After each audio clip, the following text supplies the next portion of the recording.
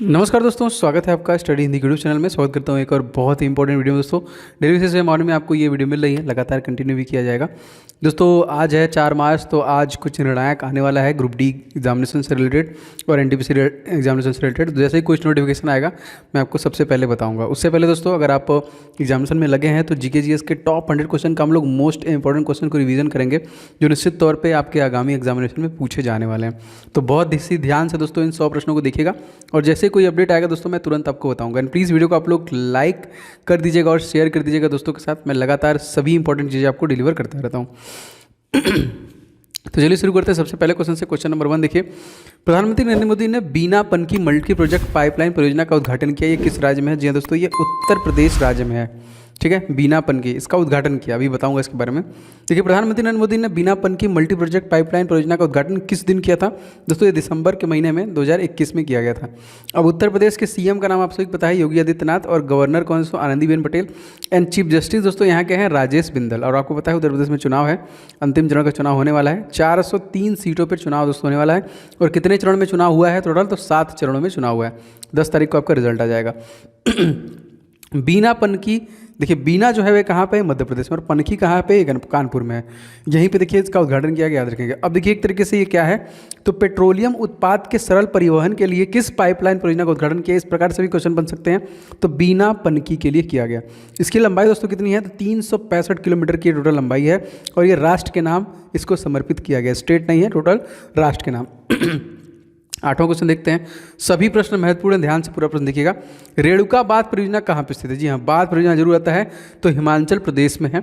और धौला, देखिए यहाँ पे धौला सिद्ध परियोजना कहाँ पे है? तो ये भी आपका हिमाचल प्रदेश में है। और हिमाचल प्रदेश के सीएम दोस्तों कौन है? ये इंपॉर्टेंट है, जयराम ठाकुर। और गवर्नर कौन है?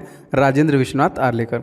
क्वेश्चन नंबर 10वां देखिए, मोस्ट इंपॉर्टेंट। हाल ही में कैबिनेट की नियुक्ति समिति ने किसे पंजाब नेशनल बैंक के एमडी और सीईओ के रूप में नियुक्त किया है? मोस्ट इंपॉर्टेंट पूछा जाएगा ये प्रश्न, तो अतुल कुमार गोयल को। रेलवे बोर्ड के वर्तमान अध्यक्ष जो सीईओ बने हैं, बहुत आसान है, कमेंट करके आप लोग बता दीजिए वर्तमान में जिनको चुना गया है। संसद टीवी के पहले सीईओ दोस्तों रवि कपूर, जो रिसेंट में हैक भी हो गया था। किस समिति की सिफारिश पर संसद टीवी का गठन किया गया? तो ये बहुत इंपॉर्टेंट दोस्तों, ये सूर्य प्रकाश समिति की सिफारिश पे किया गया। अच्छा, नाबार्ड के बारे में देखते हैं। क्वेश्चन बहुत सारा आता है कि नाबार्ड के वर्तमान में चेयरमैन कौन है दोस्तों? तो ये दोस्तों हैं जो कि गोविंद चिंतालू। एंड दोस्तों नाबार्ड की स्थापना कब हुई? दोस्तों नाबार्ड की स्थापना 12 जुलाई सन 1982 में की गई थी। और नाबार्ड का मुख्यालय कहाँ पे दोस्तों? तो मुंबई में। अब देखिए यहाँ पे समिति से, इसलिए मैं आपको बता रहा हूँ क्वेश्चन, किस समिति के सिफारिश पर नाबार्ड की स्थापना की गई थी? तो शिवरमन समिति के सिफारिश पर इसकी स्थापना की गई थी। किस बैंक के नाम पे देखिए परिवर्तित करके स्टेट बैंक ऑफ इंडिया किया गया था? जी हाँ दोस्तों, इंपीरियल बैंक का नाम चेंज करके एसबीआई में कन्वर्ट किया गया था। और ये कब किया गया था दोस्तों? इसको 1 जुलाई सन 1955 में किया गया था। इंपीरियल बैंक की स्थापना अगर आपसे पूछा जाए कब हुआ था, तो इंपीरियल बैंक की स्थापना दोस्तों हुई थी 1921 में। और तत्कालिक स्टेट बैंक ऑफ इंडिया के चेयरमैन दोस्तों कौन है? तो याद रखेंगे ये है दिनेश खारा। अब क्वेश्चन इंपॉर्टेंट एक और आएगा जो करंट अफेयर्स है। किस बैंक ने डल झील में एटीएम को स्थापित किया है? जी हाँ दोस्तों, स्टेट बैंक ऑफ इंडिया के द्वारा दोस्तों एसबीआई का ही किया गया है यहाँ पे ना, डल झील में। दोस्तों यदि आप रेलवे ग्रुप डी एग्जामिनेशन 2022 के लिए तैयारी कर रहे हैं तो आपके लिए बहुत सारे ई बुक्स मैं लाया हूं जो बहुत ज्यादा इंपॉर्टेंट है और आपको ले लेना चाहिए। दोस्तों मैथ का मैंने 500 क्वेश्चन रेडी किया है, guess paper, super guess question है सारे के सारे, विद कंप्लीट सोल्यूशन और ट्रिक के साथ दोस्तों इसे बनाया गया है specially for railway group D examination 2022। एकदम आपको 500 के 500 क्वेश्चन को प्रैक्टिस करके जाना है एग्जामिनेशन में। इस ई बुक का लिंक आपको डिस्क्रिप्शन बॉक्स मिल जाएगा। इसी प्रकार से बहुत सारे साइंस का देखिए 1000 क्वेश्चन मैंने कवर किया है विद कंप्लीट सोल्यूशन, मतलब इसके डिटेल भी मिल जाएंगे, जिसमें फिजिक्स, केमिस्ट्री, बायो के सभी क्वेश्चंस लिए गए हैं और पिछले 10 वर्षों में जो लगातार क्वेश्चन पूछे गए उन सभी को इस ई बुक में लिया गया है। साइंस के अलावा दोस्तों यहाँ पे स्टैटिक जीके के 2500 क्वेश्चन, ये भी आपका फुल डिटेल के साथ है। और जीके टॉपिक वाइज अगर आपको कवर करना चाहते हैं, जितने भी टॉपिक पूछे जाते हैं आपके जीके से, 70 से ज्यादा टॉपिक दोस्तों मैंने इसमें कवर किए हैं, तो आपको पूरा ऑल इन वन मिलने वाला है। तो निश्चित तौर पर दोस्तों ये सभी ई बुक आपके एग्जामिनेशन के लिए बहुत इंपॉर्टेंट है, तो आप जरूर से इसे ले लीजिए और प्रिपरेशन स्टार्ट कीजिए, जिससे कि आप एग्जामिनेशन में ज्यादा स्कोर कर पाए। सभी ई बुक का लिंक दोस्तों मैंने डिस्क्रिप्शन बॉक्स में डाल रखा है, फटाफट जाके वहां से ले लीजिए। खेलो इंडिया यूथ गेम 2022-23 की मेजबानी किस राज्य द्वारा किया गया? दोस्तों ये भोपाल मध्य प्रदेश किया गया। और मध्य प्रदेश के सीएम दोस्तों कौन है? शिवराज सिंह चौहान मामा। गवर्नर दोस्तों कौन है? तो यह मंगू भाई छगन भाई पटेल। एंड चीफ जस्टिस दोस्तों कौन है? तो रवि विजय मालिमत, याद रखिएगा। अच्छा क्वेश्चन दोस्तों आता है कि मध्य प्रदेश के खेल मंत्री कौन है? दोस्तों ये हैं यशोधरा सिंधिया। अब आपको कमेंट करके बताना है कि भारत के खेल मंत्री कौन है। बहुत आसान प्रश्न, कमेंट करके बताइए। खेलो इंडिया यूथ गेम्स 2022-23 की मेजबानी भोपाल के मध्य प्रदेश में होगा।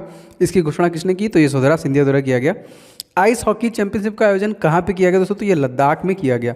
लद्दाख के तत्कालीन एलजी जो लेफ्टिनेंट गवर्नर है वो कौन दोस्तों? तो ये है आर.के. माथुर, राधा कृष्णा माथुर। शीतकालीन गेम्स का आयोजन दोस्तों ये कहाँ पे किया गया? तो गुलमर्ग, जम्मू कश्मीर। और जम्मू कश्मीर के एलजी दोस्तों कौन है? ये भी इंपॉर्टेंट है दोस्तों, तो ये हैं आपके मनोज सिन्हा।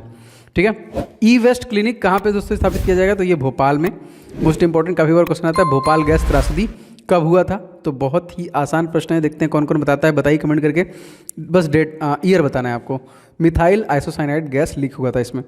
खेलो इंडिया आइस हॉकी चैंपियनशिप के विजेता दोस्तों कौन था? तो ये इंडियन तिब्बत बॉर्डर पुलिस के द्वारा जीता गया था। इसका फुल फॉर्म क्या है दोस्तों?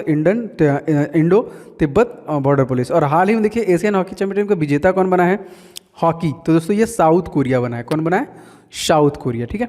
पावर सेक्टर में साइबर सिक्योरिटी लागू करने वाला जो राज्य दोस्तों कौन बना है? दोस्तों जबलपुर मध्य प्रदेश बना है। एनीमिया मुक्त सूचकांक में पहले स्थान दोस्तों कौन है? तो मध्य प्रदेश। दोस्तों आप सभी से गुजारिश है कि प्लीज़ आप लोग वीडियो को लाइक जरूर कर दिया करें। मैं लगातार इसके पार्ट अवेलेबल करा रहा हूँ जैसे कि आप देख रहे हैं। एंड प्लीज़ इस वीडियो को दोस्तों के साथ शेयर करें। चैनल पर नए हैं तो सब्सक्राइब करके बेल बटन को जरूर दबा लें। आगे देखते हैं दोस्तों, आधुनिक युग में डार्विन कहे जाने वाले अमेरिका के किस जीव वैज्ञानिक को हाल ही में 92 की साल की आयु में निधन हो गई? तो इनका नाम था E.O. विल्सन। अब ये क्वेश्चन कहाँ आएगा? ये क्वेश्चन आएगा आपका डेथ में ना, इंटरनेशनल डेथ में आएगा। एंटमैन के नाम से दोस्तों कौन प्रसिद्ध है? तो इन्हीं को देखिए हम लोग कहते थे E.O. विल्सन को ही कहते थे। और E.O. विल्सन अमेरिका से संबंधित है। डार्विन अपने अनुसंधान जो है किस द्वीप में थे दोस्तों? तो ये बहुत इंपॉर्टेंट है। ये देखिए किस द्वीप पर किए थे? तो ये था गैलोपेगास। अमेरिका के वर्तमान उपराष्ट्रपति कमला हैरिस कौन से नंबर के हैं? जी हाँ दोस्तों, ये हैं 49वें नंबर के। और जो बाइडन किस नंबर के हैं? तो 46वें नंबर के हैं। अब देखिए इस समय राजदूत का बड़ा क्वेश्चन आ रहा है, तो देखते हैं कौन बताता है। मैं पिन कर दूंगा कमेंट। भारत में अमेरिका के राजदूत कौन है ये आपको बताना, ठीक है? भारत में, अमेरिका में नहीं। कमेंट करके बताइए, ठीक है? देखिए यहाँ पे जेनेट येलन क्या है दोस्तों? तो ये वित्त मंत्री हैं। और अमेरिका के स्पीकर का नाम दोस्तों क्या है? तो नैन्सी पेलोसी है। सीनेट में दोस्तों कितनी सीटें हैं? सीनेट में देखिए आपका 100, कांग्रेस और सीनेट जो कि अमेरिका के संसद का नाम है। अच्छा, क्वेश्चन नंबर 41वां देखिए क्या है? 43वां, उपराष्ट्रपति का पद किस देश संविधान से लिया गया? तो अमेरिका से लिया गया है। DPSP जो कहाँ से लिया गया दोस्तों? ये आयरलैंड से लिया गया है। अब यहाँ पे देखिए दूर संचार विभाग ने कितने शहरों में वर्ष 2022 तक 5G इंटरनेट सेवा शुरू कर देगा? जो दोस्तों ये जो कि कह रहे हैं 13 शहरों में इसको शुरू कर दिया जाएगा। 600 वाईफाई का फुल फॉर्म क्या है? तो ये दोस्तों वायरलेस फाइडेलिटी। इंडिया का फादर ऑफ सुपर कंप्यूटर दोस्तों कौन है? तो विजय भटनागर को बोला जाता है।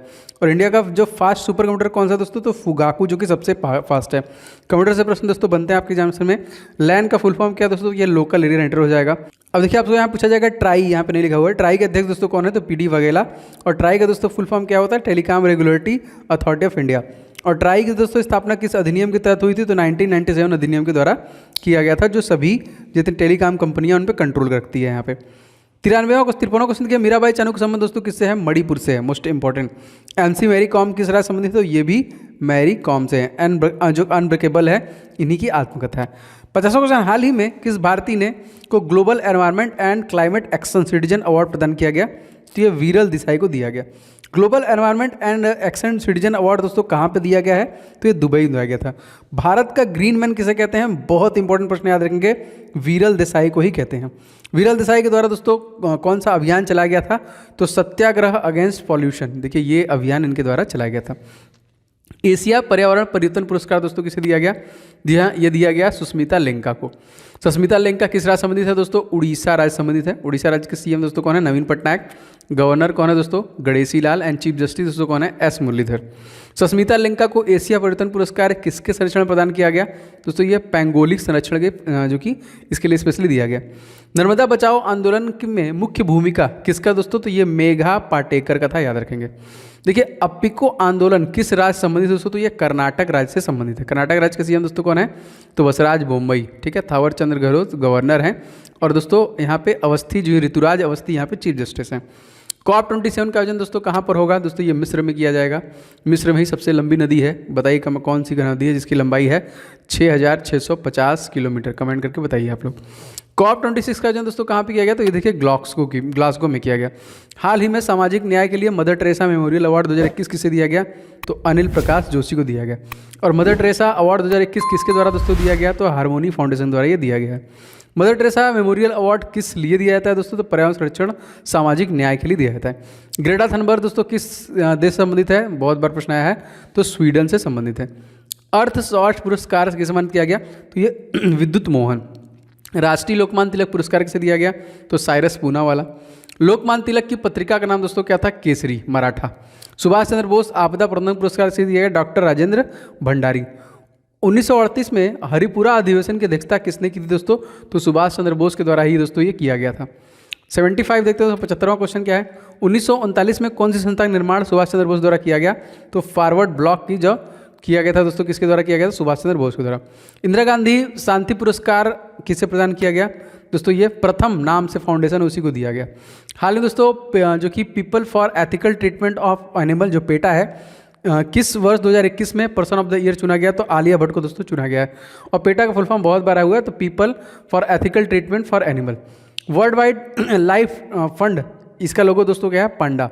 अब यही है देखिए एक तरीके से WWF जो मैंने आपको बता दिया। आगे देखिए रेड डाटा बुक को कौन प्रकाशित करता है दोस्तों? तो इसको IUCN करता है।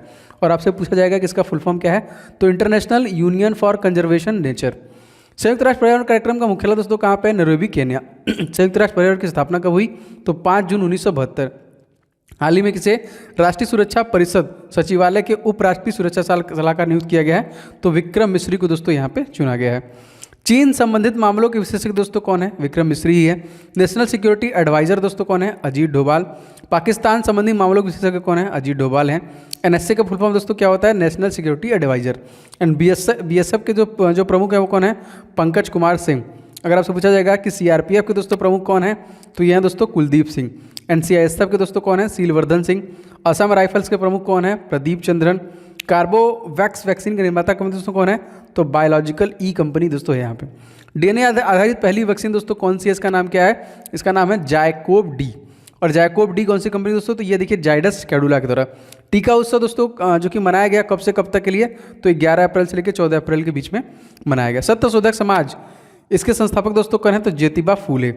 गुलामगिरी पुस्तक किसके द्वारा लिखा गया था? तो इन्हीं द्वारा लिखा गया। डॉक्टर भीमराव अम्बेडकर का जन्म दोस्तों कब हुआ था? तो ये हुआ था 14 अप्रैल में।